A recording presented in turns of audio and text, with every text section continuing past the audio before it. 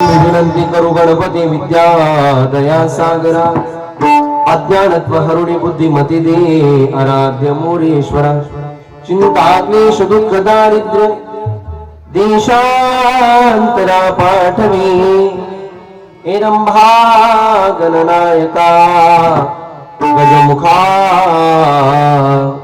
भक्तांबहोतोषवी आता हृदय आपुली सौपारुनिया बली वरी बैसो पावली श्री गुरुंजी संपाद्य ज्ञानंच विदाय भक्तिं विलोकित्वेन समाधिराज वैराग्यवन्तं सुविचारयुक्तं नमामि जोगं शिरसा गुरुन्तं महिम्न पारं ते परमविदुषो यद्य सदृशी स्तुतिर्ब्रह्मादीनामपि तदवसन्नास्त्वयि गिराः अथावाच सर्वे सुमति परिणामावधिगृह्ण ममापि स्तोत्रे हरनिरपवाद परिकरः श्री गुरु चरण सरोज रजा निज मनु मुकुरु सुधारि बरणौ रघुवर विमल जसु जोदायक बल चारी बुद्धिहीन तनु जानिकी सुमिरो पवना कुमार बल बुद्धि विद्या देहु मोही हरहु कलेश विकार विकार हे दुख मारुति मारुति नंदन मेरी पुकार पवन सुत विनती बारंबार पवन सुत विनती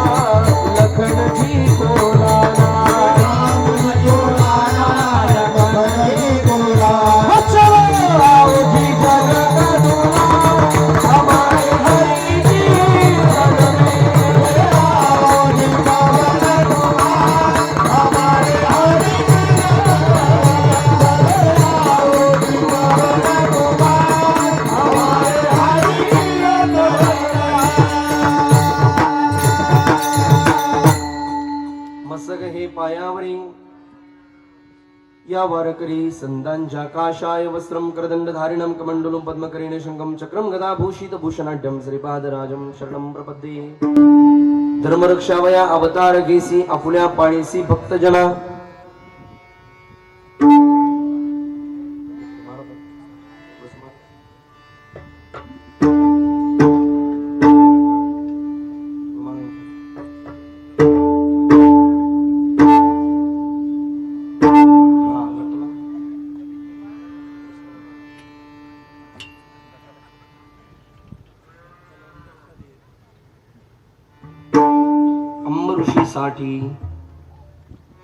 ऋषीसाठी जन्म सोसिले दुष्ट निर्धारिले किती एक प्रस्तुत प्राप्तस्थली चिंतन निरूपणाकरिता उपस्थित केलेला अभंग गायलेला अभंग महान वैराग्यवंत संत साहित्य सोन्याच्या खाणीमधून शब्दरत्नाची निर्मिती करणाऱ्या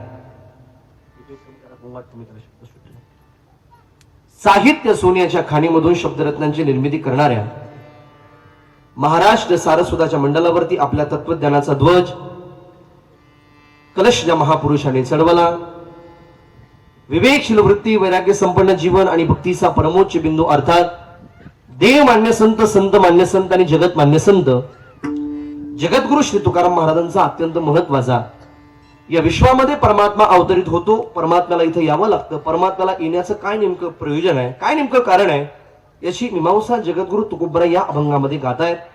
श्री तुकोबरायांचा अत्यंत महत्वाचा हा अभंग आहे. अवताराचं वर्णन करणारा हा अभंग आहे. कोण तुकाराम महाराज असा जर मांडकीच्या एखाद्या व्यक्तीला प्रश्न पडलाच, मला वाटतं असा प्रश्न कोणालाही पडेल असा प्रश्न कोणालाही पडणार नाही की कोण तुकाराम महाराज म्हणले. पण मला वाटतं जर समजा चुकून जर एखाद्या इकडे आला असेल आजच्या दिवसाला, मला वाटतं प्रश्न पडू शकतो कोण तुकाराम महाराज म्हणले, सांगणारे कोण आहेत. एक वाक्यात बोलताय का मांडकीकर कोण तुकाराम महाराज. अरे दुपारच्या वेळेला ज्या व्यक्तीनं श्री महाराजांना काठीनं मारलं, दुपारच्या वेळेला ज्या व्यक्तीनं श्री महाराजांना काठीनं मारलं, संध्याकाळच्या वेळेला त्याच व्यक्तीच्या घरी जाऊन त्याच्या पाया पडून त्याला कीर्तनामध्ये आणून उभं केलं आणि त्या व्यक्तीच्या गळ्यात ज्या साधूनं टाळ दिला ना, त्या साधूचं नाव जगद्गुरु तुकाराम महाराज आहे. कोण तुकाराम महाराज? आवाज जोरात वाढ, घाबरू नका ना. हा काय करत नाही, धन्यवाद. कन्फ्युज नको काय. एक नाही, दोन नाही, तीन नाही, तब्बल 13 दिवस दगडासहित गाथा ज्या महापुरुषाने इंद्रायणीच्या दोहावरती दगडासहित गाथा तारण्याची क्रांती केली आहे ती म्हणजे तुकोबराय आहेत. कोण तुकोबराय येतो? आपल्या एकुलत्या एक लेकीच्या हट्टापोटी दगडाच्या नंदीतून दूध काढण्याची क्रांती या विश्वामध्ये कुठल्या साधून केली असेल तर ती श्री तुकोबरायांनी केली आहे. आणि बोलणारे साधू हे महान आहे, सांगणारे साधू हे महान आहे. म्हणून मला वाटतं त्या शब्दाला किंमत देणं सुद्धा आमचं कर्तव्य आहे. विठाला विठाला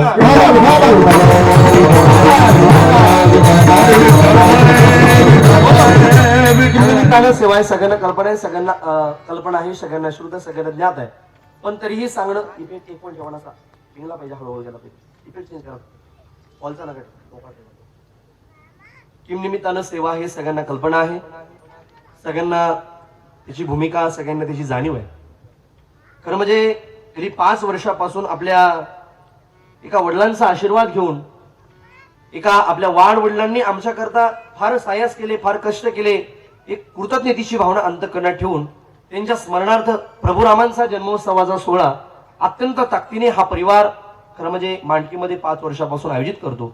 कार्यक्रमाचे आयोजक श्री विजयराव भास्करराव पाटील हिरडे आणि दुसरे त्या ठिकाणी श्री अंजनराव अपिचंद पाटील भेसर या दोनही त्या ठिकाणी खरं म्हणजे कृतज्ञतेच्या भावनेतून या दोघांच्या आयोजनातून प्रभुरामांचा हा जन्मोत्सव साजरा होतो. आमच्याकरता फार सायास कैलासवासी भानुदासराव तुषाराम पाटील भेसर यांनी घेतले.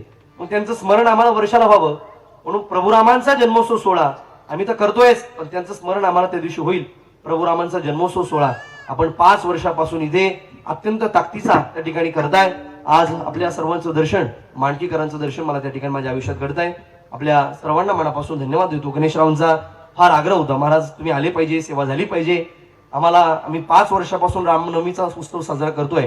प्रभुरामांचा जन्मोत्सव महाराष्ट्रामध्ये, हिंदुस्थानमध्ये, अखंड विश्वामध्ये एवढ्याच ताकदीनं हा हिंदू समाज करतोय. म्हणण्यात नवल नाही, अखंड हिंदुस्थान करतोय, अखंड विश्व करताय. कारण प्रभू रामचंद्र हे फक्त हिंदूचे नव्हते, तर या सगळ्या विश्वाला ज्या देवाचा त्या ठिकाणी आदर्श आहे तो देव म्हणजे प्रभू रामचंद्र आहे. आणि प्रभू रामांचा जन्मोत्सव आपल्याही माणकीमध्ये या परिवारातून खऱ्या अर्थानं आयोजित होतो. बेसर परिवार आणि हिरडे परिवाराच्या आयोजनातून माणकीमध्ये या कार्यक्रमाचं आयोजन होतं. आपण सर्वजण त्याला तितका प्रतिसाद देता आपल्या सर्वांनाही प्रेमपूर्वक वंदना करतो. ज्ञानदान झालं पाहिजे आणि अन्नदानही झालं पाहिजे या दोन उदात्त हेतून, या दोन प्रामाणिक भावनेनं खरं म्हणजे या दोन परिवाराचं हे आयोजन आहे. दोनही परिवारांच्या चरणारविंदी प्रेमपूर्वक पहिल्यांदा वंदना करतो, अभिवंदना करतो. कारण कार्यक्रमामध्ये कुठलीच उणीव नाही. इथं 2-2 गायक भेटत नाही. रामनवमीच्या दिवशी तुम्ही 5-5 गायक उभा केले, ही मोठी गोष्ट आहे. गणेशराव, 1-1, 2-2 गायक भेटत नाही, ही मोठी गोष्ट आहे. रामनवमीला 2-2 गायक सुद्धा भेटत नाही. रामशर्मा इथं 5-5, 6-6 गायक माईक कमी पडले आम्हाला. इथं एवढे माईक त्या ठिकाणी गायक लोक आहेत ज्यांच्या मुखारबिंदातून आपण गोड अशी चाल ऐकली. महाराष्ट्रातील नामवंत मृदंग त्या ठिकाणी गायक, भजन सम्राट, आपल्या छत्रपती संभाजीनगर जिल्ह्याचा वैभव, आपल्या गोड गाण्यानं त्या ठिकाणी गायनानं महाराष्ट्राला त्या ठिकाणी आपला आनंद त्या ठिकाणी गायनाच्या माध्यमातून देणारे ही गुणीजन त्या ठिकाणी मंडळी आहेत. सर्वांच्या चरणारविंदी वंदन करतो. त्यामध्ये हरिभक्तीपरायण गोड गायचे गायक ज्यांनी चाल गायली, पुढे चाल ज्यांनी म्हणली असे आमचे डॉक्टर साहेब, त्यांनाही वंदना करतो. त्यानंतर आमचे गुरुजी सुरळकर गुरुजी, त्यांनाही वंदना करतो. इकडे डॉक्टर साहेब आहे, तिकडे गुरुजी आहे, दोघांनाही वंदन करतो, आहे की नाही. दोघांच्याही चरणारविंदी प्रेमपूर्वक वंदना करतो. आमचे परममित्र, महाराष्ट्रातील एक नामवंत कीर्तनकार आणि आमचे सहपाठी, आम्ही ज्यांच्यासोबत त्या ठिकाणी आमचा बराचसा काळ आम्ही सोबत त्या ठिकाणी अध्ययन केलं, अत्यंत माझे जीवलग मित्र आहेत असे आमचे आपल्या नारेगावचं वैभव, आपले परममित्र आमचे रामेश्वरजी महाराज मिसाळ, त्यांच्याही चरणारविंदी वंदन. आमच्या हरिभक्तीपर्यंत कचरू महाराज गाण्या करतात, त्यांना सुद्धा माझं मनापासून वंदन. आमचे विजय महाराज, त्यांनाही मनापासून वंदन. शिवमदादा, तुम्हालाही धन्यवाद देतो. आदरणीय आमच्या हरिभक्तीपरायण आमच्या अण्णाश्री आहेत, अण्णाश्रींना सुद्धा माझं मनापासून वंदन. आपल्या विनेकरी गावातले वा मांडकीकर दादा, तुम्हालाही मनापासून वंदन. बाकीची मंडळी काय नाव दादा? कळमकर महाराज, त्यांनाही वंदन. हरिभक्तीपरायण देवखळी महाराज, हरिभक्तीपरायण नारायण महाराज. आता आमची हार्मोनियम वादक राहिले काय नाव? आमचे जनार्दन बाबा, जनार्दन महाराजांना माझं मनापासून वंदन. संवादिनी गोड आहे, त्यांनाही धन्यवाद देतो. अत्यंत उत्कृष्ट असा साऊंड आहे, त्यांनाही माझं प्रेमपूर्वक वंदन. अत्यंत तुम्हाला त्यातलं शार्पनेस माहिती आहे आणि त्यातली जाणीव आहे, हे महत्वाचं असतं. त्यातले तुम्ही सगळं शिक्षण घेऊन त्या ठिकाणी तिथे बसलेला आहात, तुम्हाला वंदन करतो. महाराष्ट्रातील एक नामवंत मृदंगाचार्य आम्हा सर्वांना वाजवण्याचं जे काम करत आहेत असे महाराष्ट्रातील एक नामवंत मृदंगाचार्य, छत्रपती संभाजीनगर जिल्ह्याचं वैभव. महाराष्ट्रामध्ये मृदंग वादक अनेक आहेत, पण मला वाटतं कीर्तनाचं साथीचं मृदंग वादन हे कमी वादकांकडे असतं. नजाकतीचं वादन, गुपितलं वादन आणि पोषकतेचं वादन कमी वादकाकडे आहे. त्यामध्ये आमचं टॉप 10च्या यादीमध्ये आमच्या छत्रपती संभाजीनगर जिल्ह्यामध्ये ज्यांचा नंबर लागतो अशा आमचे हरिभक्तीपरायण परम मित्र मृदंगाचार्य ओमप्रकाशजी महाराज कांगणे, त्यांनाही माझं प्रेमपूर्वक वंदना. सर्वांच्या चरणारविंदी वंदन करतो. आमची त्या ठिकाणी शूटिंग घेणारे आमचे दादा सुमित दादा जाधव, सुमित दादालाही माझं प्रेमपूर्वक वंदना करतो, मनापासून त्यांना धन्यवाद देतो. त्यांचं सुद्धा त्या ठिकाणी शरदादा चॅनल गजर कीर्तनाचा हा महाराष्ट्रातील एक नामवंत चॅनल आमचे त्या ठिकाणी आदरणीय शरद दादा शिंदे, त्यांचा हा चॅनल आहे, त्यांना सुद्धा मनापासून धन्यवाद. पुरुष मंडळ, भक्तिमती माता मावल्या, सर्वांच्या चरणारविंदी मनापासून प्रेमवंदना करतो. अगदी कमी वेळामध्ये प्रभुरामांचा जन्मोत्सवाचा हा त्या ठिकाणी, कारण रोजच्या सप्ताहापेक्षा हे कीर्तन वेगळं आहे. नैमित्तिक कीर्तन आहे. नैमित्तिक कीर्तन थोडंसं आपला वेळ कमी असतो आणि भावना काही वेगळ्या सांगाव्या लागतात. अगदी कमी वेळामध्ये या अभंगाला न्याय देण्याचा आपण सगळेजण प्रयत्न करूया. परमात्मा इथे अवतरित होतो ही भावना संतांनी आमच्या समोर मांडली आहे. ऐका, इथं परमात्म्याला यावं लागतं, परमात्मा येत असतो. 3 महत्वाचे मुद्दे मांडता येतील. एक, तुम्ही आणि मी जन्माला आलो इथे, मृत्यूलोक याचं नाव आहे. या मृत्यूलोकामध्ये सामान्य जीवही जन्माला आला, अर्थात माणूस. तसं तर 84 लाख प्रकारची जीव आहेत. 84 लक्ष योनी फिरता दुःख भोगिले 84 लाख प्रकारचे जीव या विश्वामध्ये राहतात. पहिला त्या ठिकाणी सगळ्यात बुद्धिवान प्राणी आपण ज्याला म्हणतो तो मनुष्य आहे. आता माणूस जन्माला आला ही महत्वाची भूमिका. ऐका, मनुष्य जन्माला आला, माणूस जन्माला येण्याचं कारण वेगळं आहे. दुसरे, साधू ज्यांच्याकडे सामर्थ्य आहे, शक्ती आहे, अधिकार आहे, सर्व शक्तिशाली ते आहेत, संत इथे जन्माला आले, संतांना जन्माला यावं लागलं, हे दुसरं कारण त्या ठिकाणी दुसरी भूमिका झाली. आणि तिसरी भूमिका, देवालाही इथं जन्माला यावं लागतं, देवालाही जन्म घ्यावा लागतो. आता माणसाला जन्म का घ्यावा लागतो, संत का येतात आणि देवाला का आणावं लागतं, याची भूमिका पाहूयात आणि अभंगात प्रवेश करूया.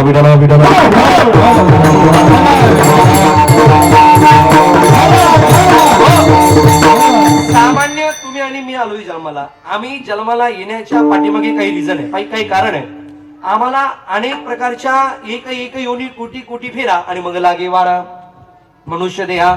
मग आम्ही मनुष्य देहात आलो. खरं म्हणजे आमच्या पूर्व जन्मामध्ये काही संचित काही कर्म शिल्लक राहिलं, जी भोगण्यापासून आपण वंचित राहिलो, ते कर्म भोगण्याकरता आम्हाला इथं मनुष्य देहाला जन्माला यावं लागतं आणि मनुष्य देहामध्ये जन्माला येऊन आम्हाला त्या ठिकाणी हे सगळं फेडून जावं लागतं. आम्ही केलेलं त्या ठिकाणी कुठलंही कार्य खरं म्हणजे इथं जन्माला येण्याकरता सोपं नाही. हा संसार बंध फार कठीण आहे, फार अवघड आहे. पुनरपि जननम पुनरपि मरणम पुनरपि जननी जठरे शयनम यस संसारे फलदुस्तारे भाई मुरारे भज गोविंदम गोविंदम भज मूढमते. जगाच्या पाठीवर मनुष्य जन्माला आला. या संसार बंधामध्ये अनेक प्रकारचे जीव आहेत. त्याच्यामध्ये या मनुष्य जन्माला येण्याकरता आम्हाला कर्म भोगण्याकरता इथं यावं लागलं. कर्म शिल्लक राहिलं, कर्म भोगण्याकरता आम्हाला जन्माला यावं लागलं. आम्हाला जन्माला आमची इच्छा नसेल तरी सुद्धा यावंच लागतं. माझा मुद्दा कळतोय? अवघड काही सांगत मी अगदी सोपं करतो. पुढे जन्माला यावं लागतं. अर्जुनराव, आम्हाला इथं जन्माला यावंच लागतं. सोडका काका, जन्माला आल्याशिवाय इथं पर्याय नाही, गत्यंतर नाही. आम्हाला आमची इच्छा असो नाहीतर नसो जन्माला येणं हा भागच आहे. दुसरा मुद्दा आहे का, साधू जन्माला येतात, पण साधूच्या जन्माला येण्याच्या पाठीमागे काही त्या ठिकाणी भूमिका अशा सांगता येतील. साधूंना जन्माला यावंच लागतं असं नाही. त्यांची जर इच्छा असेल तर ते येतात, त्यांची इच्छा असेल तर. कारण संत हे स्वतःच्या मताचे त्या ठिकाणी अधिकारी आहेत. स्वतःचं मन त्यांच्या त्या ठिकाणी ते अधिकाराने येतात. साधूंना जर येण्याची इच्छा असेल तर ते येतात. आणि साधू म्हणतात आम्हाला येण्याची इच्छा आहे, आम्ही मुळात इथले नाहीत, आम्ही वैकुंठवासी आलो याची कारणासी बोलिले जे ऋषी साच भावे वर्ताया. साधू जन्माला आले जड जीवांचा कल्याण करण्याकरता, उद्धार करण्याकरता. उद्धार या जड जीवा, इथं जड जीवाचा उद्धार करण्याकरता साधू आले. आम्ही आलो, आम्हाला नाविलाज होता. संत आले, तुमचं आणि माझं कल्याण करण्याकरता आले. आणि कल्याण करण्याकरता साधून आम्हाला तत्वज्ञान दिलं. ज्ञानोबांनी ज्ञानेश्वरी दिली, तुकोबांनी गाथा दिला, नाथबाबांनी रामायणासारखा ग्रंथ दिला, भागवत दिलं. मला वाटतं सगळ्या संतांनी आम्हाला काही ना काही तत्वज्ञान दिलं. आता हे तत्वज्ञानावर आम्ही जीवन जर जगलो तर जीवन एक दिवस समाधानी का? तर साधूंच्या तत्वज्ञानाला फॉलो करणारी माणसं मला वाटतं समाधानी शोधता येतील. साधूंना आम्हाला जगण्याकरता जगण्याचे मूल मंत्र दिलेत. आम्ही कसं जगावं, आम्ही काय खावं, आम्ही काय प्यावं, आम्ही किती झोपावं, आम्ही कुठं राहावं, आम्ही कुणाशी संवाद करावा, आम्ही किती बोलावं, आम्ही काय बोलावं, आम्ही कसं बोलावं, आम्ही किती धन कमवावं, आम्ही ते धन कसं कमवावं, या सगळ्या भावनेचा विचार डॉक्टर साहेब मला वाटतं साधूला आमच्या समोर ठेवला. आता हल्ली मला वाटतं साधूला ओळखता येणं ही सुद्धा महत्वाची भूमिका आहे. नाहीतर आपण कुणाला साधू म्हणतो आणि एखादं कारस्थान घडलं का आपण सगळ्याला बोलतो नाव देऊ. मला वाटतं ते पण महत्वाचं नाही. साधू सुद्धा ओळखते नाही, हे महत्वाची आहे. साधूवर विश्वास ठेवणं महत्वाचं आहे. संताची पायी हा माझा विश्वास सर्व भावे दास. साधूवर विश्वास ठेवणं म्हणजे काय हो? साधूनं दिलेलं तत्वज्ञान सांगा का, साधूनं दिलेले आम्हाला ग्रंथ आहेत, त्या ग्रंथावर आम्ही विश्वास देऊन त्या ग्रंथावर त्या ठिकाणी जीवन जगणं म्हणजे मला वाटतं साधूवर आमचा विश्वास आहे. हल्ली साधू एखादा प्रकरण घडतं आता पाहतो आम्ही मीडियावर, सगळे माणसं आहोत, पण मला वाटतं हे साधू ओरिजिनल नाही, डुप्लिकेट साधू आहे सगळे. साधू आमचे, मी तुम्हाला पुढे वाक्य बोलतो आणखी, तुम्ही कुठल्या महाराजावर विश्वास ठेवू नका, कोणाशी बिल्ले लावून फिरू नका. एखाद दिवशी कोणी रिकामं काम करतं तुम्ही सगळ्यांना नावं ठेवता. मी तुम्हाला प्रामाणिकपणामध्ये सांगतो मार्गीकर, विश्वास ठेवायचा असेल ना तुम्हाला, असं वाटतंय ना आमच्या विश्वासाला जगात कोणी तडा जाऊ द्या कधी गेला नाही पाहिजे. आमच्या विश्वासाला कधी तडा जाऊच नाही, ही जर भावना आमच्या हृदयात असेल तर मी एक वाक्य प्रामाणिकपणा बोलतो, जगामध्ये कोणत्या महाराजाच्या मागे फिरू नका, कोणाशी बिल्ले लावू नका, कोणाचं धुतरे धरू नका. प्रामाणिकपणा सांगतो. ज्ञानोबा तुकोबांची त्या ठिकाणी विश्वास त्या ठिकाणी अंतकरणात ठेवा. जगात कधी आम्हाला धोका मिळणार नाही. संतांनी आम्हाला दिलंय, ज्ञानोबा सारखे संत नाही जगामध्ये, तुकोबा सारखे संत नाही. आम्हाला त्या साधूवर विश्वास ठेवणं महत्वाचं आहे. साधू आमच्या करता आले. जगाच्या पाठीवर आम्ही काय बोललं पाहिजे, साच आणि मावाळ, मी तुले आणि रसा, हे बोलणं सुद्धा साधूने आम्हाला सांगितलं. मला बोलो ऐसा बोले गेले बोले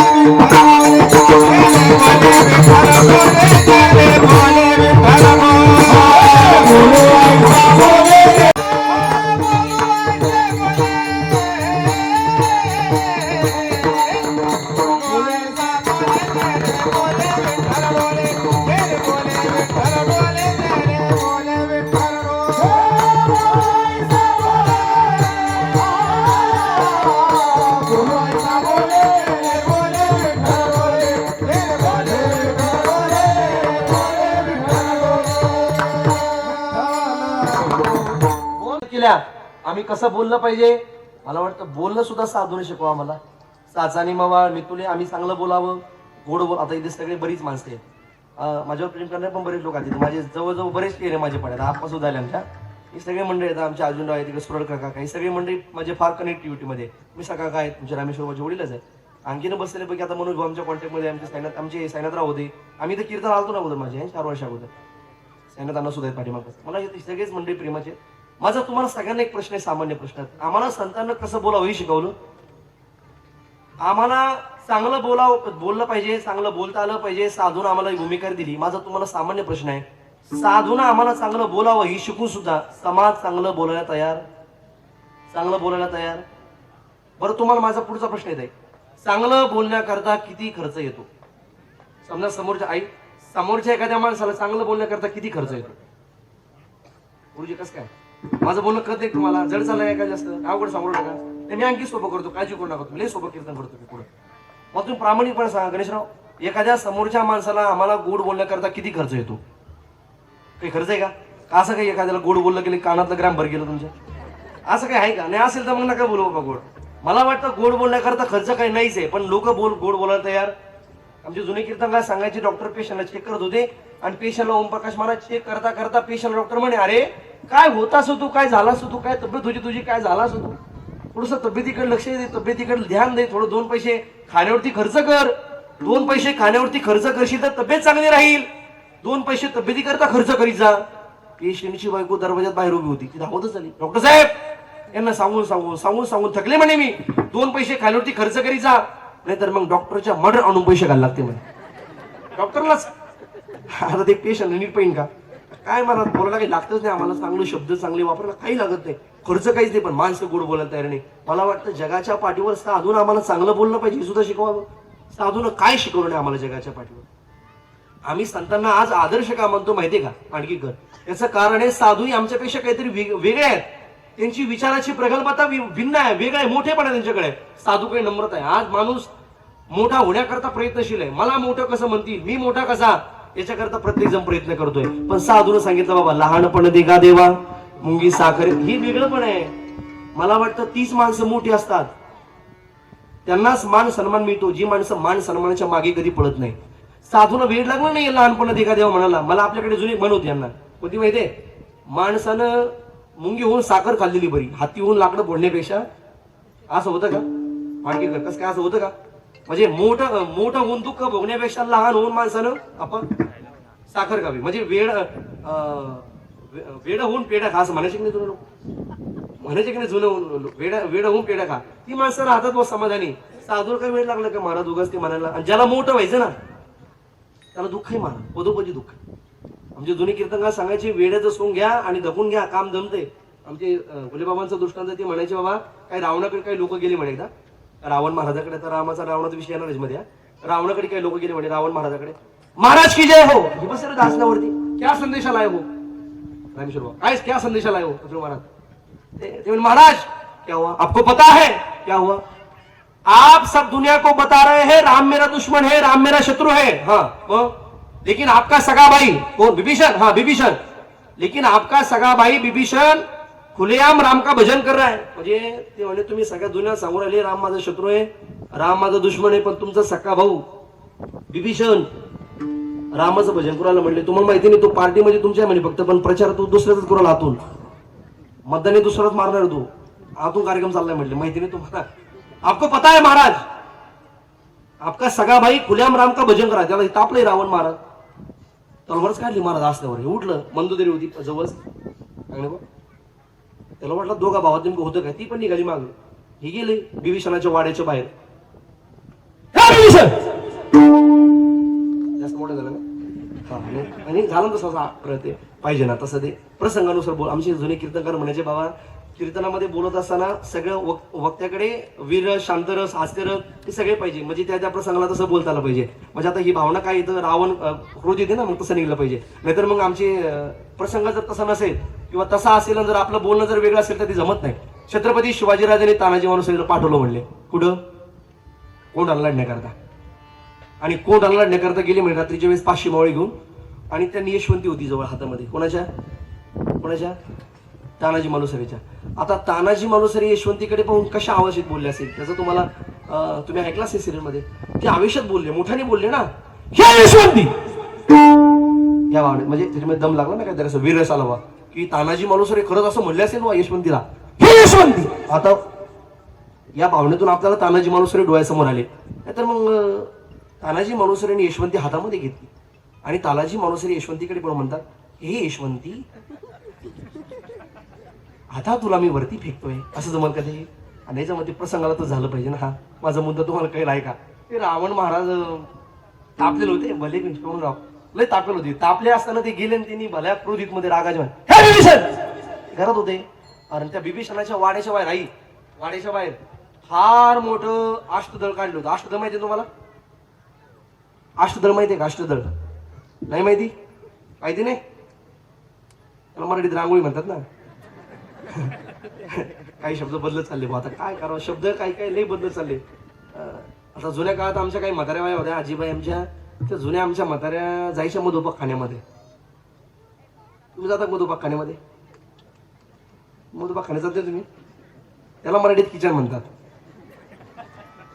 चला असू द्या, काय अडचण नाही, काही शब्द बदलत चालले. ते रांगोळी काढली होती ऐका, रांगोळी वाड्याच्या बाहेर. आणि रांगोळीमध्ये जसं जो वैरी म्हणजे राम, प्रभू रामचंद्र रावणाचे पक्के वैरी होते. आता नाव होतं रावणाचं कुणाच्या घरासमोर? तुम्ही ऐकू राहिले का? कुणाच्या घरासमोर? बिभीषणाच्या. रा आणि मग असं नाव काढलं. आता हे नाव पाहिलं त्याला प्रचंड राग आला. हे बिभीषण याला घरातून क्या हुआ भैया? क्या है? क्या है वो? क्या हो भैया? क्या है? क्या लिखा है भैया? मेरे हृदय में आपके प्रति जो प्यार है वो लिखा है भैया. आता कोणतं प्यार आहे? प्यार आहे का? एवढं दिवस रामाचं नाव लिहिलं, ज्याचं नाव शत्रू, ज्याचं नाव त्या ठिकाणी सहन होते, त्याला रामाचं नाव लिहिलं नाही म्हणते प्यार आहे अंतःकरणात तुमच्याविषयी. भैया आप समझे नहीं भैया, मेरे हृदय में आपके प्रति जो प्यार है वही लिखा है भैया. क्या प्यार है? मेरे शत्रु का नाम लिख रहा है और मुझे कह रहा है प्यार है. नहीं भैया, आपकी शत्रु का नाम नहीं भैया, ये मेरे हृदय में आपके प्रति जो प्यार है वही लिखा है भैया. ये राम का नाम नहीं भैया, ये राम मतलब रावण भैया और म मतलब मंदोदरी भाभी भैया. मला बोलू का? म्हणजे याला म्हणतात खाटकाच्या गावात सप्ताबशीने. विठाल ते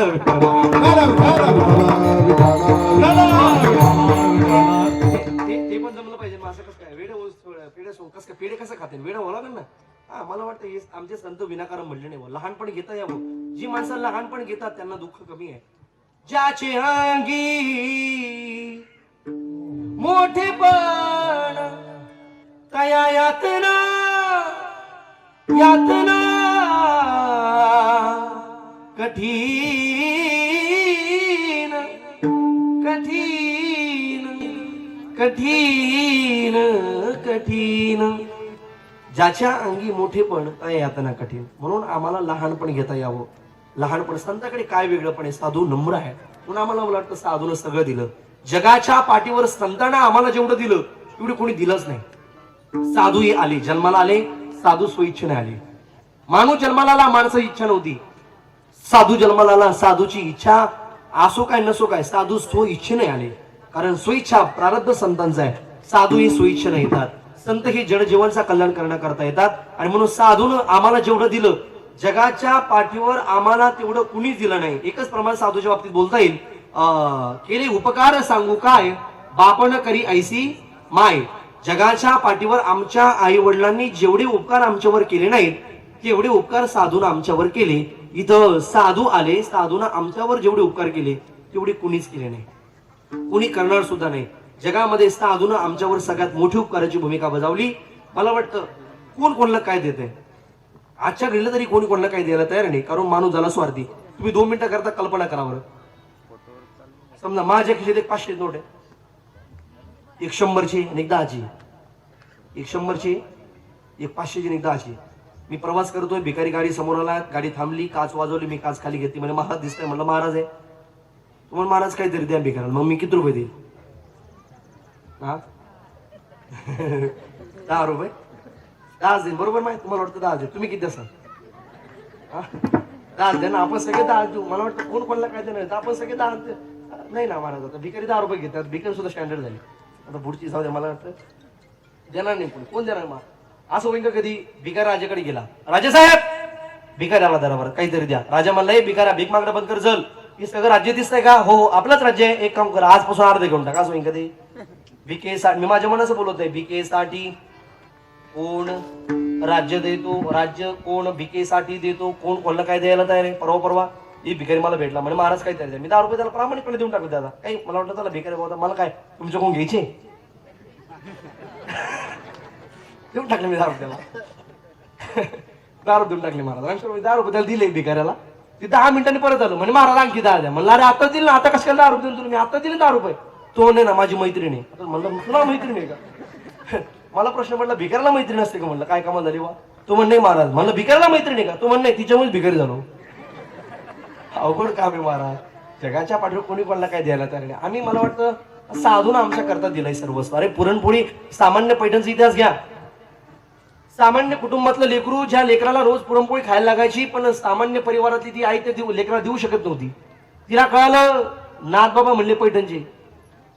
गणेशराव, त्या पैठणच्या नाथबाबांच्या घरामध्ये आजही तुम्ही पैठणला कधी गेलात तर तिथं विजय पांडुरंगाची मूर्ती आहे जुन्या वाड्यामध्ये. तुम्ही जा कधीतरी शिष्टीला. त्या विजय पांडुरंगाच्या मूर्तीची आमचे नाथबाबा पूजा करायचे असं म्हणायचे. आणि श्रीखंड्या चंदन उगाळून करायचे. श्रीखंड्या चंदन उगाळून करी वस्त्रे गंगा तरी हे प्रमाण आपल्या डोळ्यासमोर आहे का. त्यावेळेस त्या विजय पांडुरंगाची पूजा व्हायची. रोज पुरणपोळीचा नैवेद्य बनायचं. या आईला कळलं. रोज पोरगं मागायचं, गावबादेचं नाव, रोज पुरणपोळी मागायचं. याही देऊ शकत नव्हती. तिला वाटलं रोज पुरणपोळी द्यायची कुठून लेकराला. तिने हात धरला लेकराचा, गेली नाथबाबांच्या वाड्यासमोर. नाथबाबा, मला असं कळलंय म्हणलं तुमच्या घरात रोज पुरणपोळी बनते. म्हणलं मग माझं लेकरू म्हणले गावबा नावाचं पोरगं रोज पुरणपोळी मागतंय.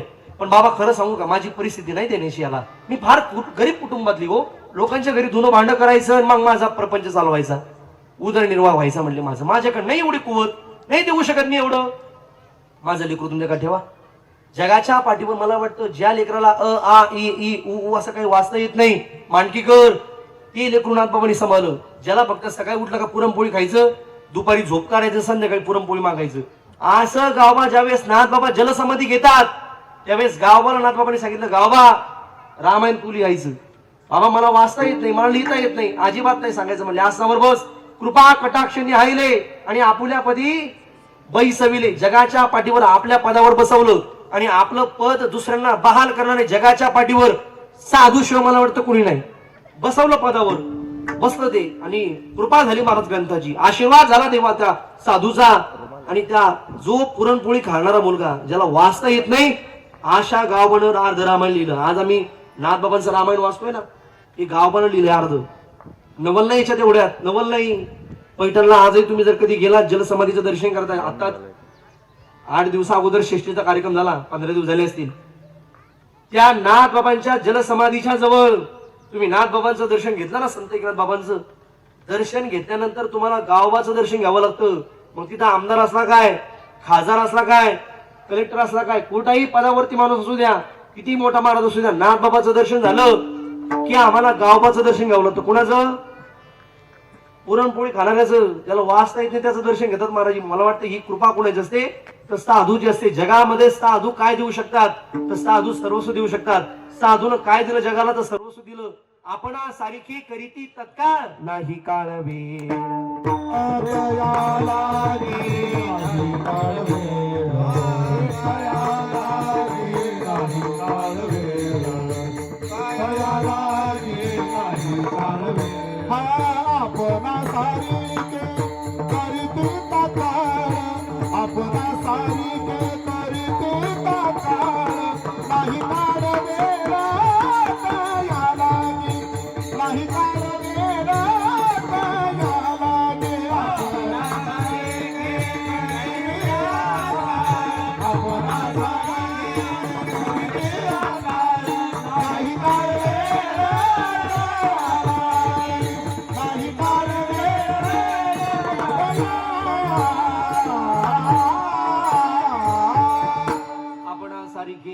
तत्काळ नाही काळ वेळ तया लागे. तिथं काळ लागत नाही, वेळ लागत नाही. आता ऐका, महत्वाचा पहिला मुद्दा मांडला मी. माणूस जन्माला आला, कर्म भोगण्याकरता आला. इथं माणसाची इच्छा असू नाही तर नसो आम्हाला यावं लागतं. साधू येतात जगाचं कल्याण करण्याकरता, साधू येतात त्याच्या स्वइच्छेने येतात. आता मात्र ऐका, तिसरा मुद्दा आहे परमात्म्याचा. परमात्म्याला मात्र इथं येण्याकरता तो स्वतःच्या मर्जीने येत नाही. ज्या ज्या वेळेस इथं धर्मावरती ग्लानी येते, धर्मावरती संकट येतं, धर्म हा असुरक्षित होतो, त्यावेळेस परमात्म्याला बोलवावं लागतं. यदा यदा हि धर्मस्य ग्लानिर्भवति भारत अभ्युत्थानम धर्मस्य तदात्मानं सृजाम्यहम्. किंवा परित्राणाय साधूनां विनाशाय च दुष्कृतां धर्म संस्थापनार्थाय संभवामी युगे युगे. परमात्मा अर्जुनाला उपदेश करता सांगतो, हे अर्जुना, प्रत्येक युगायुगामध्ये मी येतो. आता परमात्मा त्रेतायुगात आले, परमात्मा कृतयुगात आले, परमात्मा द्वापार युगात आले आणि परमात्मा कलियुगात सुद्धा येणार आहे, पण त्याला फार टाइम आहे. कलियुग अत्यंत ज्यावेळेस पाप कृत्यामध्ये विलीन होईल, आता सध्या पाप वाढतच आहे. कलियुगाचं पाप वाढायला लागलं. इथे कलियुगामध्ये एकमेकांच्या भावना जपायला माणसं तयार नाही. माणसाच्या वृत्तीमध्ये बदल झाला, माणसाच्या विचारामध्ये बदल झाला. जुन्या काळामध्ये माणसाने माणसाशी माणसासमोर वागणे हे सांगावं लागत नव्हतं. जुनी लोक श्रीमंतीनं कमी होती महाराज, मला वाटतं श्रीमंती कमी होती पण मनाची श्रीमंती लोकांकडे फार मोठी होती. आज माणसाकडे पैसा फार वाढला पण माणूस विचारानं संकुचित झाला.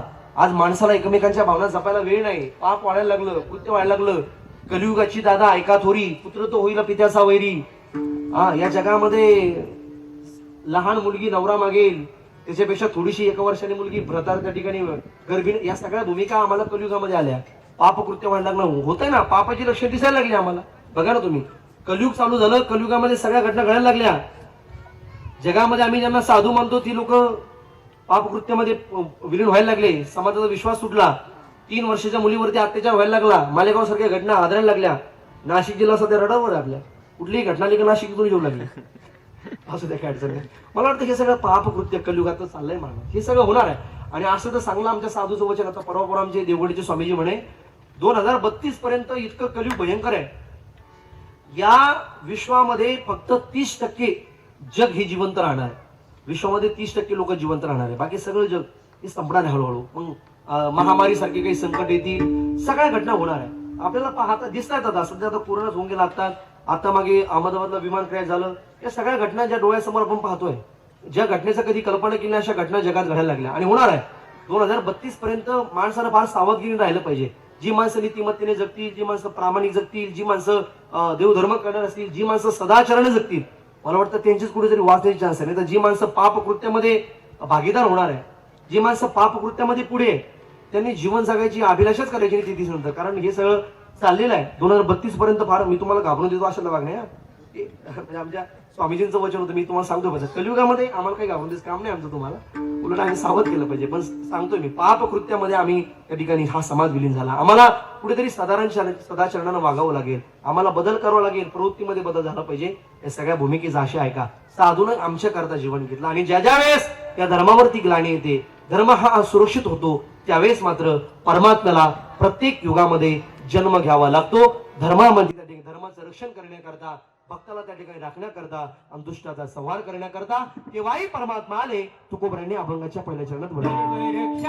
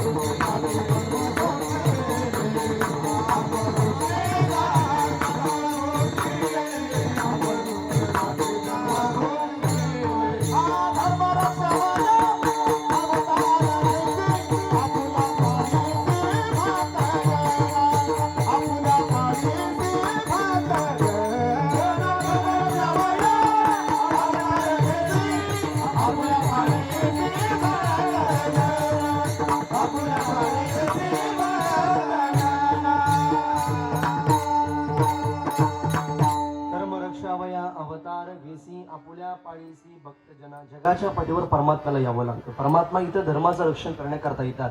परमात्मा ज्या दिवशी धर्मावरती ग्लानी होते खूप गायलं कोड गायला सर्व धर्म रक्षावया कोड गायलं अवतार घेसी परमात्म्याला यावं लागतं. एक जण म्हणजे महाराज जर परमात्मा जर कर्तुम अन्यथा कर्तुम असेल त्याच्या हातानं सगळं त्या ठिकाणी सामर्थ्य असेल तर मग परमात्म्याला काय व्हायला परमात्मा काय तिथून ऑपरेटिंग करू शकत नाही का? मला वाटतं परमात्म्याला एकासोबत दोनही कामं करायची असतात. एक म्हणजे भक्तांनाही आनंद द्यायचा असतो. कृष्ण कन्हैया आला भक्तांना आनंद द्यायचा होता. दुसऱ्यांचा संवाद तो तिथेही करू शकतो. एक जण म्हणे एक मुरारी बापूंचं वाक्य ते म्हणे मुरारी बापूने एक जण बापूजी आप कहते हैं भगवान हर जगह होता है हर जगह परमात्मा है तो फिर आप मंदिर क्यों जाते हो. आता मुरारी बापूंचं वाक्य महाराज ते मुरारी बापू हुशार होते. त्यांनी सांगितलं आप कहते हो ठीक है भगवान हर जगह है तो आप मंदिर क्यों जाते है तो फिर आप एक बताओ हवा तो हर जगह है लेकिन गाड़ी का टायर पंक्चर होने के बाद आप फिर दुकान में क्यों जाते हैं. विठाला विठाला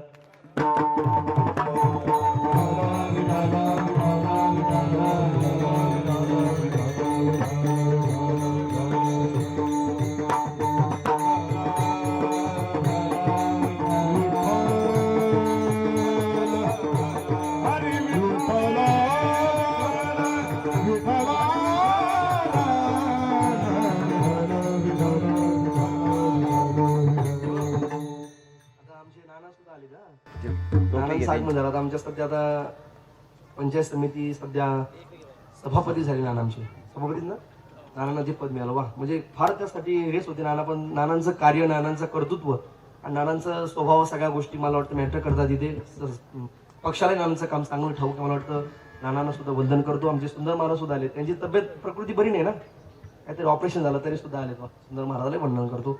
सर्वच मंडळी खरं म्हणजे या परिवारावरती प्रेम करणारे आहेत. माणकी गावातील आता जे परिवार आयोजित आमचे विजयराव गणेशराव मला वाटतं तुम्ही सगळे सगळ्यांसोबत प्रेमाने त्या ठिकाणी तुमचे संबंध आहेत त्यामुळे ही सगळीच माणसं इथं प्रेमाची उडवलेली. ऐका बापूंचं वचन होतं बाबा तुमची टायर पंक्चर झालं म्हणले हवा गेली मग तुम्ही असं म्हणायला पाहिजे हवा तो हर जगह होती है. तुम्ही म्हणायला पाहिजे हवेला आ जाओ टायर के अंदर आ जाओ टायर के अंदर तसं होईल का नाही ना.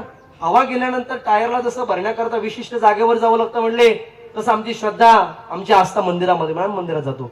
मला वाटतं परमात्म्याला यावं लागतं. परमात्मा इथे अवतरित होतो.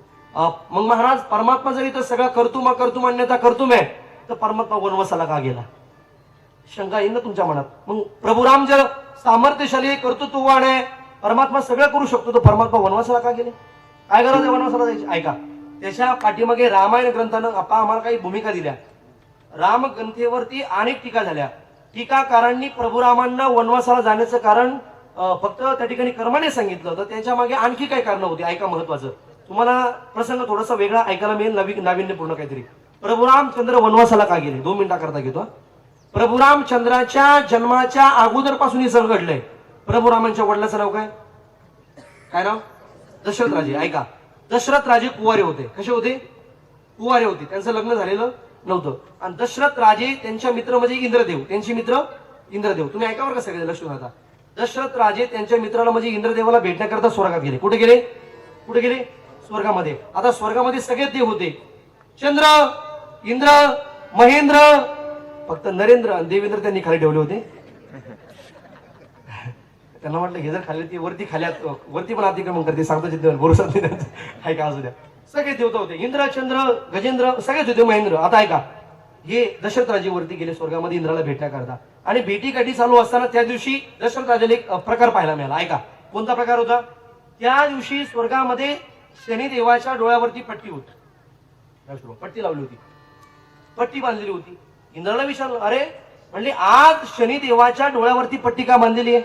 कोणी म्हणले कोण म्हणले मायापूर आले का दशरथ राजे. मी घरी जाऊ का उद्या येऊ का मी एवढं कुठं मी तुम्हाला सांगू लोक हा कोण म्हणले दशरथ राजे. इंद्रा शनिदेवाच्या डोळ्यावरती पट्टी का असं कोण म्हणाल दशरथ राजे म्हणाले. असं कोण कोणाच म्हणाले जोड्या लावा आम्ही शाहने ऐका महत्वाचं. दशरथ राजे म्हणाले पट्टी का बांधलेली मी नेहमी येतो मध्ये पट्टी कधी सांगते आता मंत्र महत्वाचं आहे का. दशरथ राजाने सांगितले बघ इंद्राने सांगितलं दशरथ राजा आज थोडा शनिदेवाच्या दृष्टीमध्ये प्रकोप आहे म्हणले. ज्याच्यावरती शनिदेवाची दृष्टी पडल होताई ज्याच्यावरती शनिदेवाची दृष्टी पडल त्याला दुःख भोगावं लागेल म्हणले. इथं थांबता येणार नाही स्वर्गामध्ये थांबता येणार नाही कारण डोळ्यामध्ये प्रकोप आहे. असं थोडे असतं म्हणले मी तर नेहमी स्वर्गात येतो म्हणले, असं कधी झालं नाही. पण आजच्या घडीला आजचा मुहूर्त वेगळा आहे, आजची घटिका वेगळी, असं होणार नाही. दशरथ राजे ही शनिदेवाचे जवळचे मित्र होते, त्यांना ते मान्य झालं नाही पट्टी डोळ्यावरती असल्यामुळे. ऐका, दशरथ राजे शनिदेवाजवळ गेले. कोणाजवळ? कोणाजवळ? शनिदेवाजवळ. आणि शनिदेवाजवळ जाऊन दशरथ राजानं शनिदेवावरच्या डोळ्याची पट्टी सोडली. जशी पट्टी सोडली गुरुजी, पट्टी सोडल्याबरोबर शनिदेवाची वक्रदृष्टी दशरथ राजावर पडली. आणि जशी दृष्टी काय वाजते, हा मोबाईल बंद करा ना. दशरथ राजाची त्या ठिकाणी मूर्छित अवस्था त्यांना प्राप्त झाली. दशरथ राजांना मूर्छित अवस्था. तुम्ही ऐकू राहिले का? परत म्हणणार बरं, खंडगा मारणी कीर्तन सांगितलं, लक्षात आलं नाही. कीर्तन कळत नाही असं होत नाही, फक्त तुमचं लक्ष नाही. मी अति सोपं करून सांगतोय, मला रामा जन्माकडे द्यायचं, थोडंसं माझ्याकडे लक्ष द्या.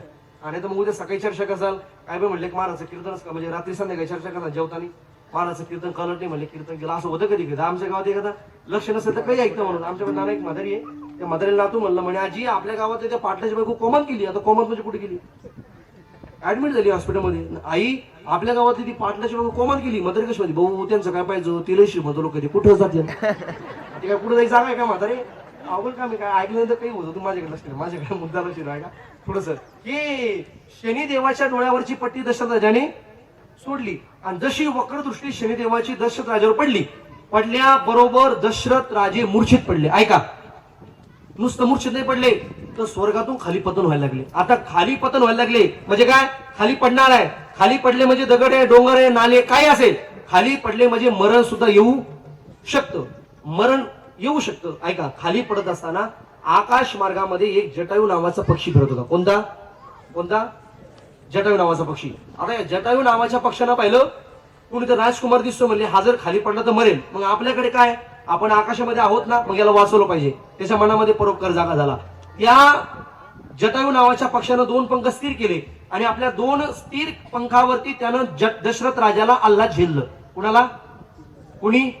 जटायूनं. हा तो जटायू आहे ज्याला परमात्म्यानं मांडी दिली. ऐका, त्या जटायूनं दशरथ राजाला झेललं. आता झेलल्यानंतर हे खाली अल्ला त्या ठिकाणी आले आणि दशरथ राजाच्या डोळ्यावरती पाणी शिंपडण्यात आलं. दशरथ राजाचे प्राण वाचले, शुद्धीवर आले. मला कोणी वाचवलं? मी स्वर्गातून पतन झालो म्हणले. काही माणसं होती, त्यांनी सांगितलं, महाराज तुम्हाला या पक्षाने वाचवलं. बापरे, पक्षाने वाचवलं, उपकार झाला.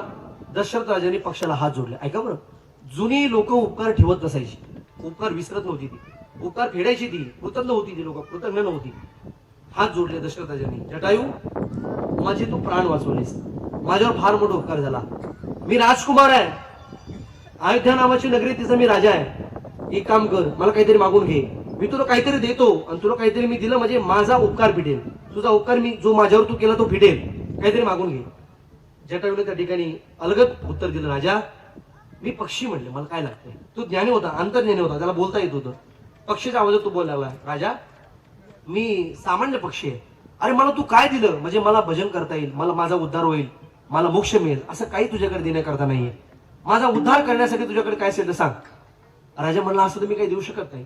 म्हणजे राजा दुसरं काहीतरी मागण्याची इच्छा करत असेल तर मला काही नकोय. राजा म्हणला, तरी सुद्धा काय पाहिजे ते सांग, मी देण्यासाठी समर्थ आहे. आता मात्र जटायूच्या मनामध्ये एक भूमिका आली, काय, मला मोक्ष मिळवायचा म्हणले.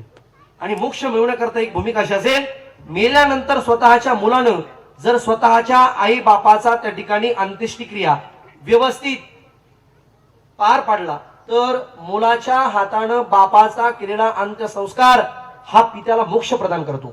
वाक्य कळलं का माझं? काय, मुलाच्या हातानं विधिवत अंत्येष्टिक्रिया केलेली पित्याला त्या ठिकाणी मोक्ष प्रदान करत असते. आता त्याच्या मनात भावना होती की मला मोक्ष मिळाला पाहिजे, पण मला मुलगा नाही, किंवा मला जरी मुलगा असेल तर तो सुद्धा कोण आहे, पक्षीच आहे. जटायू हा, मी तुला दत्तक दिला, वचन देतो. म्हणजे राजा पलटू नको बरं, नाही तर आता म्हणशील यू करेंगे तू करेंगे, नंतर म्हणशील मी कधी म्हणलो. अजिबात चालणार नाही, अजिबात जमणार नाही, अजिबात नाही होणार म्हणले असं काम. 100% मी वचन पूर्ण करेल. अरे माझं खानदान कोणतं आहे म्हणले, रघुकुल रीत, रघुकुल रीत सदा चली आई, प्राण जाय परवचन जाई. आम्ही प्राण जाऊ देऊ म्हणले पण वचन बोलणार नाही. जा म्हणले. जटायूनं वचन घेतलं आणि जटायू उडाला. ऐका बरं, आता महत्वाचं ऐका. तुम्हाला फुलं उधळायची का? फुलं उधळायची का? एक 2 मिनिटाकरता ज्यावेळेस भजन सुरू होईल ना त्यावेळेस आपण सगळ्यांनी फुलं उधळा. महाराज अभंग गातील 1 मिनिटामध्ये, 12 वाजेल फक्त 5 मिनिट बाकी आहे. आपण फुलं आणले असतील तर वाटून द्या लगेच. विजय फुलं आणलेली आहेत का? हा ही फुलं इथं घ्या. 2 जण उठा, फक्त 2 मुलं उठा कोणीतरी आणि फुलं वाटत राहा. ऐका, आता मात्र तुम्हाला सगळ्याला पुढे रामायण पाहिजे. जटाई उडून गेला, दशरथाचे लग्न झालं, 3 पत्न्या घरामध्ये आल्या. कोणकोणत्या? कौशल्या, सुमित्रा आणि कैकेयी. बरोबर आहे? 3 पत्न्या घरामध्ये आल्या. 3 पत्न्या घरामध्ये आल्यानंतर प्रपंच थाटला गेला. अत्यंत सुंदर प्रपंच चालू झाला, पण मुलबाळ नाही. त्यावेळेस वशिष्ठ ऋषींच्या माध्यमातून पुत्र कामेष्टी यज्ञ करण्यात आला. यज्ञ नारायण त्या ठिकाणी पावले. त्यांनी त्या ठिकाणी 3 पत्न्यांना 3 पिंड त्या ठिकाणी हातामध्ये प्रदान केले आणि 3 पिंड हातामध्ये प्रदान करून त्यावेळेस एक पिंड, पहिला पिंड दिला कौशल्यला, दुसरा पिंड दिला सुमित्रेला आणि तिसरा पिंड दिला कैकेयीला. आता कैकेयीला तिसरा पिंड दिला, 3 नंबरला दिला अर्जुनराव. तिला राग आला. कोणाला? कैकेयीला. मला 3 नंबरला का दिला? अभिमान दिला. आणि तेवढ्या गडबडीमध्ये पिंड घारीने झडपिला. तो घारीनं झडपिला आणि घार त्या ठिकाणी आकाशामध्ये घेऊन उडाली. आता तोच तिसरा पिंड म्हणजे अंजनीने तो सेविला आणि म्हणून 8 दिवसाचा कालावधीमध्ये लोटल्यामुळे तो अंजनी मातेच्या उदरी पडला. अंजनीने तो सेवन केला आणि तिथून 8 दिवसानंतर प्रभुरामांच्या जन्मानंतर बरोबर हनुमान जयंती आहे. म्हणजे हनुमंतराय सुद्धा नात्यानं प्रभुरामांचे बंधूच लागतात, असा एक आम्हाला भाव पाहता येईल. भक्त तर आहे, देव भक्त तर आहे, पण बंधुत्वाचं नातं सुद्धा आहे. महत्वाचं आहे का? आता 2 पिंड राहिले. ही नाराज झाली होती, हिरायला लागली, माझा पिंड गेला. मग आता दोन्ही पत्न्यानं अर्थात कैकेयी आणि सुमित्रेनं आपला पिंडातला अर्धा पिंड अर्थात 2 पिंड कैकेयीच्या हातात टेकवले. सांगितलं, मला जर 2 मुलं झाले तर एक मुलगा तुझ्या मुलाच्या सेवेकरता लावेल आणि दुसरा मुलगा मी सुमित्रेच्या मुलाच्या सेवेकरता लावेल. म्हणून ठरल्याप्रमाणे तो दिवस जवळ आला, ती तिथी जवळ आली. फुलं लवकर वाटा, चला अभंग व्हायचा लगेच. ती तिथी जवळ आली आणि अयोध्या नगरीमध्ये ज्या दिवसाची सगळेजण वाट पाहत होते तो दिवस त्या ठिकाणी सजला गेला आणि विश्वाच्या मालकाचा नवमीला जन्म झाला. अभंग होईल, गजर होईल प्रभुरामांचा. त्यावेळेस आपण सगळ्यांनी प्रभुरामांच्या मूर्तीकडे फुल उधळायची. ज्यावेळेस गजर होईल त्यावेळेस अभंग म्हणा सरळ उत्तम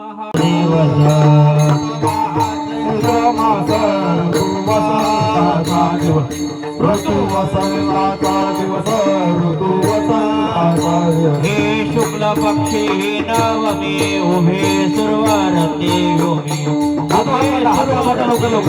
उभे सुरवारते योमी शुक्ल पक्षी नवमी उभे सुरवारते योमी उभे सुरवारते योमी उभे सुरवारते योमी मध्यानासी दिन कर पळ भरी होय स्थिर पळ भरी होय स्थिर पळ भरी होय स्थिर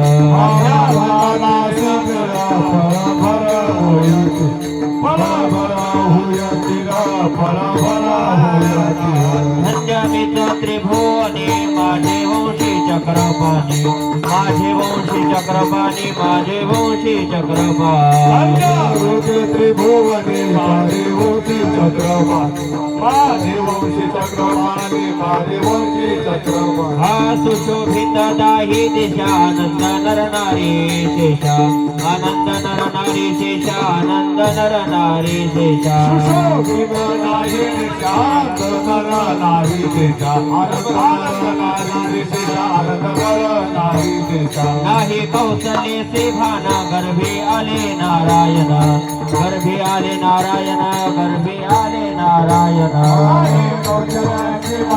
गर्भी आले नारायण गर्भी आले नारायण गर्भी आले नारायण हे आयोनी संभव प्रगटला राघव प्रगटला नारायण प्रगटला हे आयो संभव प्रगटला राघव प्रगटला राघव प्रगटला नामा म्हणे डोळा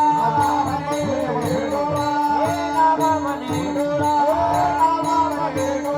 हे नामा म्हणे डोळा पाहिल भुवन त्रय बाळा पाहिल भुवन त्रय बाळा पाहिल भुवन त्रय बाळा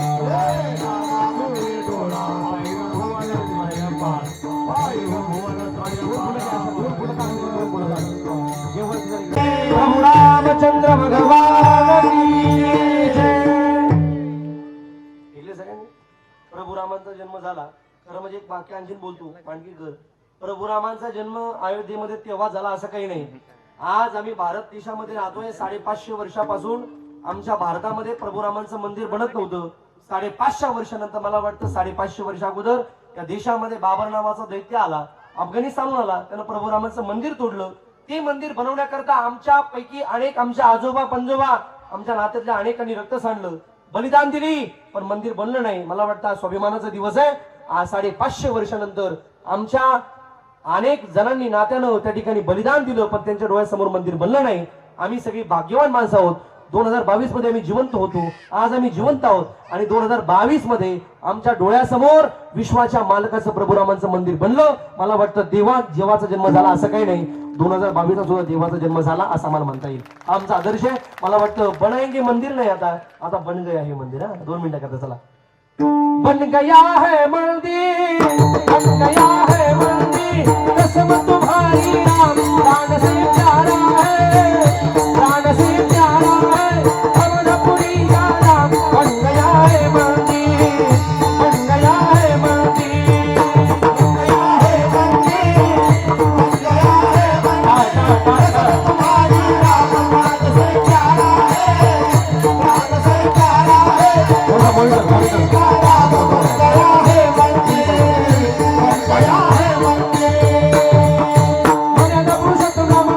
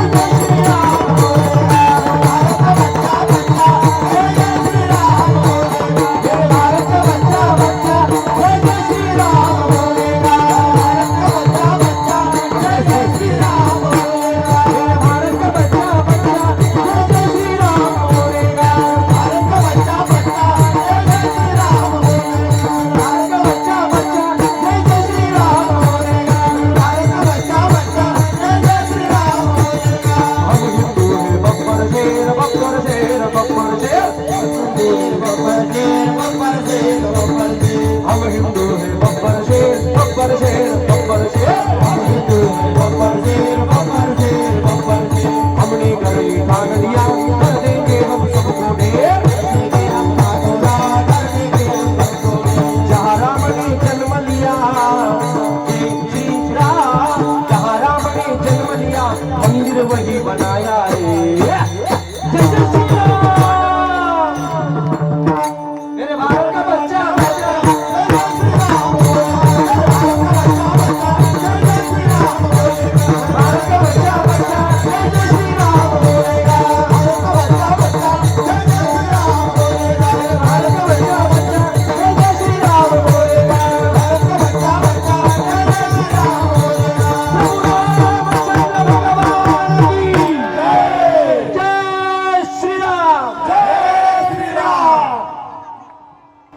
जेवण बाकी आपली धन्यवाद हे गाडी वगैरे त्याबद्दल आभार आहे पण जेवण बाकी आहे जेवण सुद्धा चांगलं पाहिजे ना ते वाजवतं ते महत्वाचं आहे का असू द्या हे सगळं कीर्तन करत म्हणून सगळं लागतं ऐका प्रभू रामांचा जन्म झाला इथं झालाय आपला प्रभू रामचंद्र आमच्याकरता आदर्श आहेत आम्ही सगळे आमच्या नसा नसामध्ये प्रभू रामांचं रक्त आहे मला वाटतं आम्ही सगळे सनातनी स्वतःला म्हणून घेणारी माणसं आहोत माझा संदेश एक छोट्या आमच्या ताईला राहील ताई स्वतः आम्ही सनातनी म्हणून घेतो स्वतःला सनातनी या नावानं आम्ही जपतोय सगळ्या तरुण बांधव माझ्या समोर 2 मिनिटाकरता फक्त एक महत्वाचा विचार मांडायचा आहे शिवतांडवने मला जमल ना आता गणेशराव शिवतांडवने मला जमल ना म्हणायचंच आहे का म्हणजे आता 12:15 होईल जवळ म्हणून म्हणलं बाकी बरं ठीक आहे 5 मिनिटाकरता मला फक्त तरुणांना एक महत्वाचा विचार मांडायचा आहे आम्ही सगळे सनातनी आहोत सनातन देश या विश्वामध्ये फक्त हिंदू राष्ट्र एवढंच आहे पूर्ण बहुसंख्येने आज पूर्ण विश्वामध्ये दुसरे त्या ठिकाणी विश्वाची त्या ठिकाणी देशाची लोक आहेत किंवा दुसऱ्या धर्माची लोक आहेत आज आमचा धर्म संपेल कसा याच्याकरता सगळ्यांचं लक्ष आहे तुम्ही माझ्या मुद्द्याला एक 2 मिनिटाकरता फार सिरियस लागे एवढ्या मुद्द्याला फक्त माझं बाकी किरता तुम्ही विसरला तरी चालेल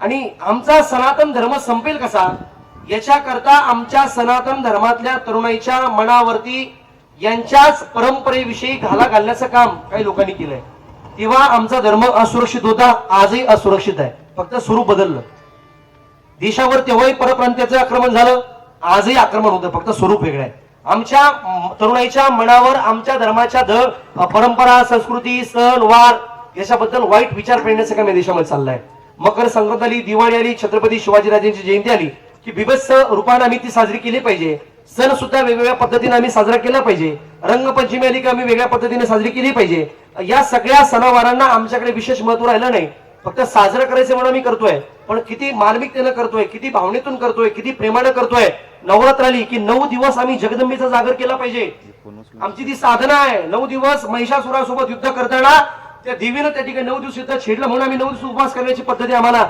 आमच्या धर्म संस्कृतीने दिली मला वाटतं त्याच काळामध्ये कमी कपडे घालणे आमची पॅशन झाली आमची ताई कमी कपडे घालते आणि तिथं त्या ठिकाणी कमी कपडे घालणे ही पॅशन झाली आमच्या मुलाला त्या ठिकाणी कपाळावरती गंध लावायला लाज वाटते ही फॅशन झाली सुकांती काय मला वाटतंय आमचे तरुण त्याला म्हणलं कपाला गंध लावला पाहिजे लोकांना महाराज आम्ही कॉलेजला एक तर मला म्हणे मी म्हणलं कपाला गंध लावला पाहिजे आम्ही सनातनी आहोत आम्ही हिंदू आहोत तू म्हणणे महाराज मी सायन्सला आहे आता सायन्सला तू कोणती क्रांती केली भोजकाला जमलं तो केलं ते अरे सायन्सला म्हणजे काय आम्ही काही येडे का म्हणजे सगळे धोतर घालतो आम्ही का धोतर येणं करतो का आम्हाला आमच्या वार ओढले परंपरा बरेच लोकांचा एक भ्रम आहे ना हे धोतरवर कपडे घालते म्हणले हे लोक येडेची आणि मी सुद्धा ग्रॅज्युएट माणूस बाबा आमचे लोक असे नाही का तुम्हाला सांगता गेलं कारण आम्ही सगळं पाहिलं अगोदर जगामध्ये मला वाटतं आमचा सनातन धर्म हा फार त्या ठिकाणी महत्वाचा आहे हा फार ताकदीनं काम करतोय आणि आमच्या ताईला सुद्धा माझी विनंती आहे या देशामध्ये लवजियासारखे प्रकरण घडायला लागले सनातनी आम्ही स्वतःला म्हणून घेत असू आम्हाला थोडंसं त्या प्रकरणामध्ये बाजूला जावं लागेल हा असं म्हणून जमलं मेरा अब्दुल व्हायचा नाही अब्दुल बिब्दुल काही नाही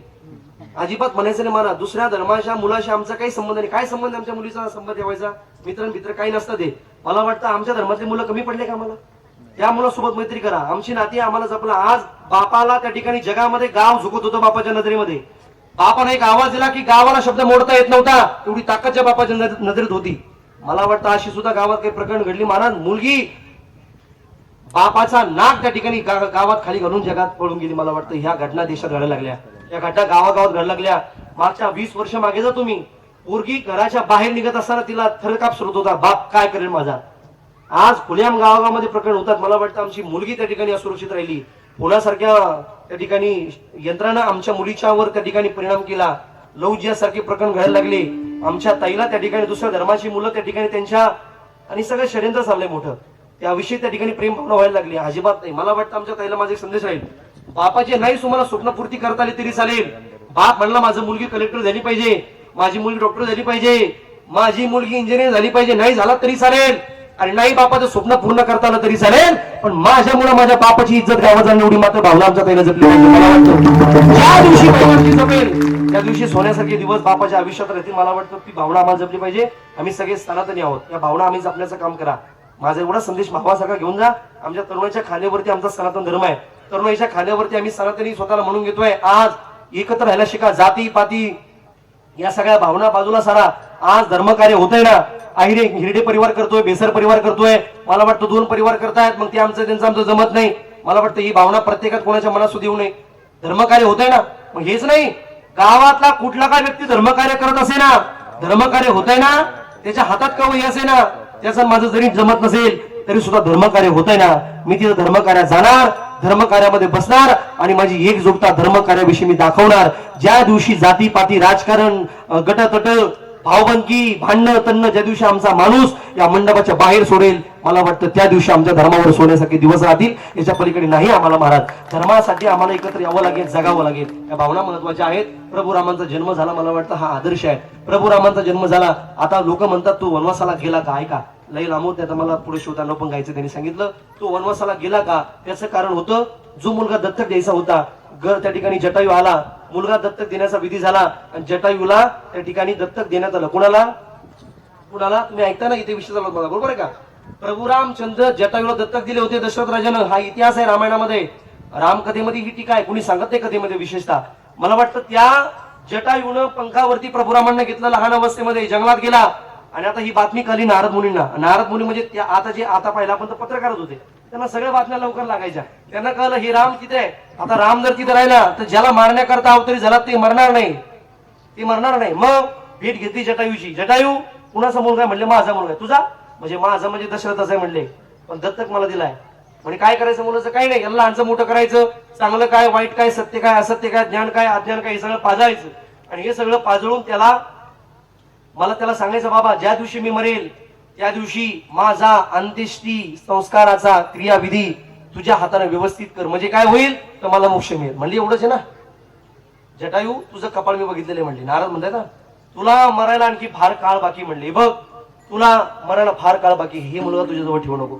हा मुलगा जसा आणलाय का तसं वापस येऊ दे. हा राजकुमार आहे, त्याला भरपूर कार्य करायचं आहे. म्हणले मग माझं मरणाचं काय? मला काळी कोण लावेल, आग कोण लावेल, मला कोण अंत्येष्टी क्रिया करेल माझी, मला मोक्ष कसा मिळेल? नारदाचं वचन आहे, जटायू तुझं वचन देतो म्हणले, हाच मुलगा तुझा अंत्येष्टी विधी करण्याकरता 1 दिवस राज्याचा त्याग करून, राजगादीचा त्याग करून तुझा अंत्यविधी करण्याकरता भल्या मोठ्या जंगलात येईल आणि तुझा अंत्यसंस्कार करेल. हे संतांचं वचन आहे. परिणाम जटायूनं ऐकलं, मुलगा तिथे सोडला. प्रभू रामचंद्र मोठे झाले, वाढले, विश्वामित्र आले, लखनजीला त्यांना घेऊन गेले, लग्न करून आणलं. नंतर मग त्या ठिकाणी ज्यावेळेस राजगादीवर बसायचं त्यावेळेस मंथरीच्या डोक्यामध्ये कुबुद्धी आली. ती बुद्धी सुद्धा घेण्याकरता नारदच कारणीभूत आहे. कारण जर विश्वासा मालक राजगादीवर बसला तर वनवासात तो जाणार. असं का तुम्ही का मोदी साहेब येतील की एखाद्याच्या मोतीला असं होईल का? नाही ना. एवढे मोठे राजे कसे होते? सामान्य काही. आता मला वाटतं प्रभुराम जर राजा झाला तर एका जंगलात जाईल का सामान्य पक्ष जाऊन ती दिला नाही जाणार ना. मग हे सगळं होणार नाही म्हणून मंत्रीच्या डोक्यात कुबुद्धी आली. तिनं कैकीच्या डोक्यात फिरली आणि कैकीनं एका वरदानानं त्या ठिकाणी भरताला गादी आणि रामाला वनवास मागितलं. म्हणून तर इतिहास घडला. तापसवेश विशेष उदासी 14 बरस राम वनवासी. तापस वेश विशेष उदासी 14 बरस राम वनवासी. श्रीराम जय राम जय जय राम. श्रीराम जय राम जय जय राम. आणि म्हणून विश्वाच्या मालकाला राजगादीचा त्याग करून वनवासाला जावं लागलं. त्याचं सगळ्यात पहिलं काम परमेश्वरानं कोणतं केलं असेल तर ज्यावेळेस सीता सोडल्या गेली आणि जटायूचे पंख छाटण्यात आले, जटायू धारातीर्थी पडला, रावणाच्या तलवारीनं जटायूचे पंख छाटण्यात आले आणि मरणासन्न अवस्थेत जटायू ज्यावेळेस पडला त्यावेळेस संतांचं वचन खरं ठरण्याकरता विश्वाच्या मालकाला प्रभू रामचंद्राला जटायूला मांडी द्यावी लागली आणि स्वतःच्या त्या ठिकाणी जन्मदात्या बापाचा अंत्यविधी नाही करता आला रामाला, पण जटायूचा करावा लागला. ही कर्मरेखा देवादिकांनाही चुकत नाही. शब्द मला वाटतं